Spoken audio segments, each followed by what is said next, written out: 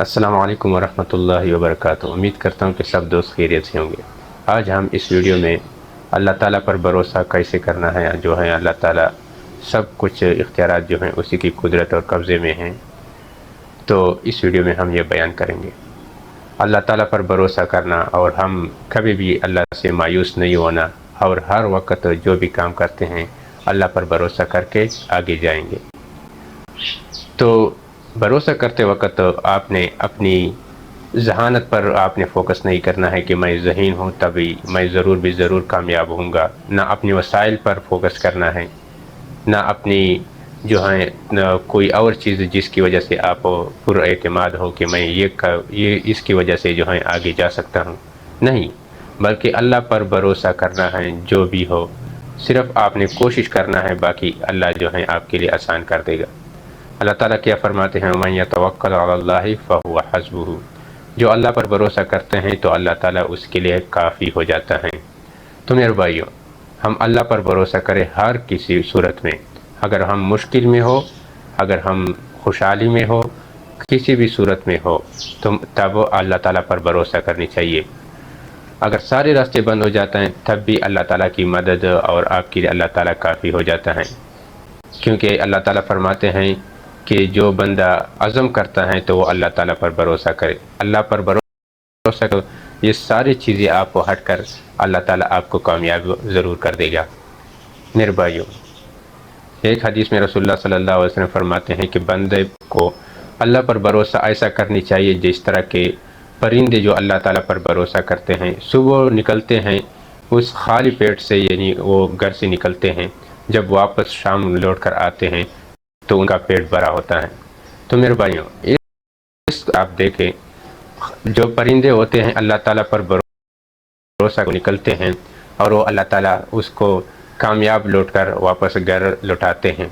تو یہی ہمارا جو ہے اللہ تعالیٰ پر صحیح طور پر بھروسہ ہو، بلکہ اس کے ساتھ ساتھ ہمیں یہ بھی چاہیے کہ ہم محنت بھی کرنی چاہیے، جیسا کہ آپ لوگوں نے مشاہدہ کیا کہ پرندے جو ہیں اللہ تعالیٰ پر بھروسہ کرتے ہیں لیکن اپنی وسائل اختیار کرتے، یعنی جیسے کہ ایک واقعہ آپ پیش کرتا ہوں جنگ احد کا، اور جنگ احد میں رسول اللہ صلی اللہ علیہ وسلم اور چند صحابہ تھے، وہ جنگ احد کے بعد واپس لوٹتے ہیں اور وہ بہت تھکے ہوتے ہیں اور ان کے بہت سے سارے صحابہ جو ہیں زخمی ہوتے ہیں، اور مشرکینوں نے سمجھا کہ بس یہ جو مسلمان جو ہیں ابھی کمزور ہو چکے ہیں اور ہم نے اس کو صحیح شکست دی، لیکن جب واپس مکہ کی طرف جا رہے تھے واپس ان کو یہ خیال کہ اب وہ تو کمزور ہے، ہمیں چاہیے کہ اس کو سارے مسلمان سے ابھی ختم کر دے، تو ہم کیوں واپس لوٹ کر آئے؟ تو صحابہ کرام نے خوف کی بجائے کھڑے ہو کر کہا حسبنا اللہ و نعم الوکیل، اللہ رب العزت جو ہیں ہمارے لیے کافی ہیں اور وہ بہتر کارساز ہیں۔ تو دیکھو یہاں صحابہ کرام رضی اللہ عنہ ڈر کی بجائے اللہ پر بھروسہ کرتے ہوئے اور بہتر کارساز اللہ پر بھروسہ کیا، اور جس کی وجہ سے انہوں نے ان کی دلوں پر رعب چھا گئی جب انہوں نے یہ دیکھا کہ صحابہ کرام، یعنی بنو خزاعہ کے قبیلے کے ایک شخص نے جب یہ دیکھا کہ صحابہ کرام جو ہیں اتنے پرجوش ہیں، دوبارہ حملے کرنے کی کوشش کر رہے ہیں، تو اسی وقت جو بنو خزاعہ کا حمراء الاسد کی جگہ پر وہ آیا تھا، تو جب انہوں نے دیکھا تو واپس موڑ کر حضرت سفیان کو جو ہیں، اس وقت حضرت سفیان رضی اللہ عنہ جو ہیں اس وقت مسلمان نہیں ہوا تھا، تو ابو سفیان کے پاس وہ جا کر وہ یہ سارا معاملہ بتا دیا کہ اسی طرح مسلمان جو ہیں واپس ہم پر حملہ کرنے آ رہے ہیں۔ ہمیں چاہیے کہ ہر وقت اللہ تعالیٰ پر بھروسہ کرنی چاہیے، کہ آپ جب عزم کرتے ہو تو اللہ پر بھروسہ کرتے ہوئے عزم کرنا ہے۔ پھر اللہ تعالیٰ فرماتے ہیں وَمَن يَتَوَكَّلْ عَلَى اللَّهِ فَهُوَ حَسْبُهُ، جو اللہ پر بھروسہ کرتے ہیں اسی کے لیے اللہ ہی کافی ہو جاتا ہے۔ تو اسی طرح دیکھو واقعہ جو ہے حضرت ابراہیم علیہ السلام کا ہے کہ حضرت ابراہیم علیہ السلام نے جب اپنی قوم کو دعوت دی تھی اور اس بات کی دعوت دی تھی کہ آپ جو بت پرستی کو چھوڑ دو، اللہ تعالیٰ پر بھروسہ کرو، اور اللہ تعالیٰ جو ہے بہتر کارساز ہیں، آپ کے سارے مسائل حل کر دے گا۔ لیکن جب وہ یہ قوم نے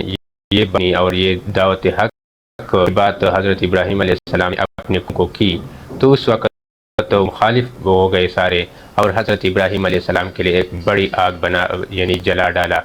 اور جس آگ کو کئی مہینوں تک وہ یعنی لکڑیاں جمع کر رہے تھے اور آگ کو بھڑکا رہے تھے، کئی مہینوں تک یہ آگ جلایا، تو بالآخر انہوں نے حضرت ابراہیم علیہ السلام کو اس میں پھینکنے کی کوشش کی۔ انہوں نے اتنی آگ کو بھڑکایا، اس کے پاس کوئی قریب نہیں جاتا تھا، اتنا تیز آگ تھا۔ تو انہوں نے حضرت ابراہیم علیہ السلام کو جب اس کی طرف پھینک دیا تو ایک فرشتہ جو ہے حضرت ابراہیم علیہ السلام کے پاس آتے ہیں، فرماتے ہیں اے ابراہیم، اگر آپ کو کوئی مدد چاہیے تو ہمیں بتا دے۔ تو حضرت ابراہیم علیہ السلام نے فرمایا کہ آپ کہاں سے آئے ہیں؟ تو انہوں نے کہا ہم آسمانوں سے آئے ہیں۔ تو حضرت ابراہیم علیہ السلام فرماتے ہیں آسمانوں والا جو ہے جانتا ہے اور وہ مجھے دیکھ رہے ہیں، اور میں جو ہے وہ ڈال دیا جاتا ہے، کسی کی مدد نہیں چاہتے ہیں، بس صرف اور صرف اللہ کی مدد کی درکار ہیں۔ تو دیکھو اس کے لیے آگ جو ہے کئی جو مہینوں تک وہ جلایا جا رہا ہے، کتنا سخت آگ ہوگا جو اس کے پاس کوئی بندہ نہیں جا سکتا ہے، لیکن اس کے باوجود وہ بھی اللہ تعالیٰ کی بھروسہ کر ایسا بھروسہ کیا جو اللہ رب العزت نے اس کو ایسا صلہ